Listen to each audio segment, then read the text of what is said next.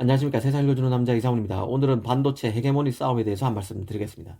이 사실 반도체만큼 막대한 자본 지출, 고도의 기술력 등 복잡성을 두루 갖춘 산업도 없습니다. 영향력 역시 어마어마한데요. 이 공급망이 실패하면 경제 활동은 멈춰섭니다. 이 반도체 제조와 관련해서 규모의 경제에도 놀랄 만한 집중화를 이끌었습니다.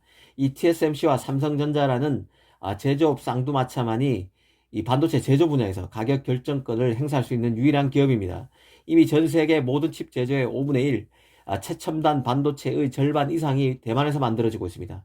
이 사실 반도체 역량을 판단하는 기준은 크게 설계와 소재, 제조 장비, 생산 등 네 가지로 나눠서 생각해 볼 수 있습니다. 어떤 관점에서 보는지에 따라서 반도체 경쟁력에 대한 평가가 달라질 수 있는데요. 일례로 일본은 소재와 제조 장비에서 강하지만 생산은 약합니다. 중국은 설계가 그나마 낫지만 소재 장비 생산 등은 모두 취약합니다. 이 눈여겨봐야 할 게 바로 대만인데요. 이 장비만 조금 처질 뿐 뭐 하나 꿀리는 게 없습니다. 당장 TSMC, UMC 등에서 모두 제조에서는 탑입니다. 이 설계에서는 미디어텍이 강합니다. 최근 미디어텍이 내놓은 그 모바일 AP 디멘시티 9000이 벤치마크 테스트 결과 애플의 A15 바이오닉에 가장 근접한 결과를 냈다는 소식을 전해드린 적이 있습니다. 그 안드로이드 진영에서는 삼성의 엑시노스 2200, 이 퀄컴의 스냅드래곤 8 1세대 제품을 앞서서 가장 빠른 AP에 올랐다는 팁스터발 소식도 있었습니다. 그런데 소재도 강한 게 바로 대만인데요. 바로 글로벌 웨이퍼스라는 기업 때문입니다. 최근 이 글로벌 웨이퍼스가 독일 기업인 실트로닉 인수에 나섰다가 독일 정부의 반대로 실패했죠. 하지만 글로벌 웨이퍼스는 웨이퍼 분야 3위 업체입니다. 지난 2012년 도시바 세라믹 인수를 시작으로 2016년에는 덴마크 톱실, 미국 선 에디슨 등 기라성 같은 업체들을 잇따라 손에 넣으면서 순식간에 3위로 올라선 기업입니다. 지금 같은 분위기면 이런 M&A는 불가능했을 것입니다. 하지만 2016년만 해도 이런 M&A가 가능했었습니다. 만약 이번에 실트로닉까지 인수에 성공했다면 글로벌 웨이퍼스는 세계 시장 점유율을 30%까지 끌어올려서 일본 시네스 화학공업에 이어서 2위에 등극할 뻔했습니다. 이 파운드리 얘기를 조금 더 해보겠습니다. 이 TSMC는 파운드리 점유율이 55% 수준인데요. 이 세계 시장에서 절반이 넘는 점유율입니다. 그런데 이 수익 비중으로 보면 전체의 80%가 바로 TSMC 몫입니다. 전 세계 파운드리가 100원을 번다면 이 80원이 TSMC 몫이라는 얘기입니다. 삼성, UMC, 글로벌 파운드리, SMIC 등이 이런 업체들이 다 모여봐야 100원 중에 20원만 가져간다는 얘기입니다. 이 TSMC는 매출의 절반을 라인 증설 등 자본 지출에 쓰고 있고 이 8%를 R&D에 투자하고 있습니다. 경쟁업체 입장에서는 TSMC에 도전하기 위해서라도 자본 비용, 인적 자원 및 장비에 그 천문학적인 금액을 지출해야 하는데 이게 쉽지 않다는 것을 알 수 있습니다. 이 TSMC의 고객 분포를 봐도 대만 반도체의 위력을 절감할 수 있는데요. 이 TSMC에서 미국 고객의 비중은 62%에 이릅니다. 중국 고객은 17%, 그리고 대만 고객, 그 자국 고객이라 할 수 있죠. 대만 고객은 10% 조금 넘는 수준입니다. 미국, 중국, 대만 고객을 합치면 90%가량 됩니다. 나머지 10%가 NXP 등 유럽과 소니 등 일본 업체들로 구성되어 있습니다.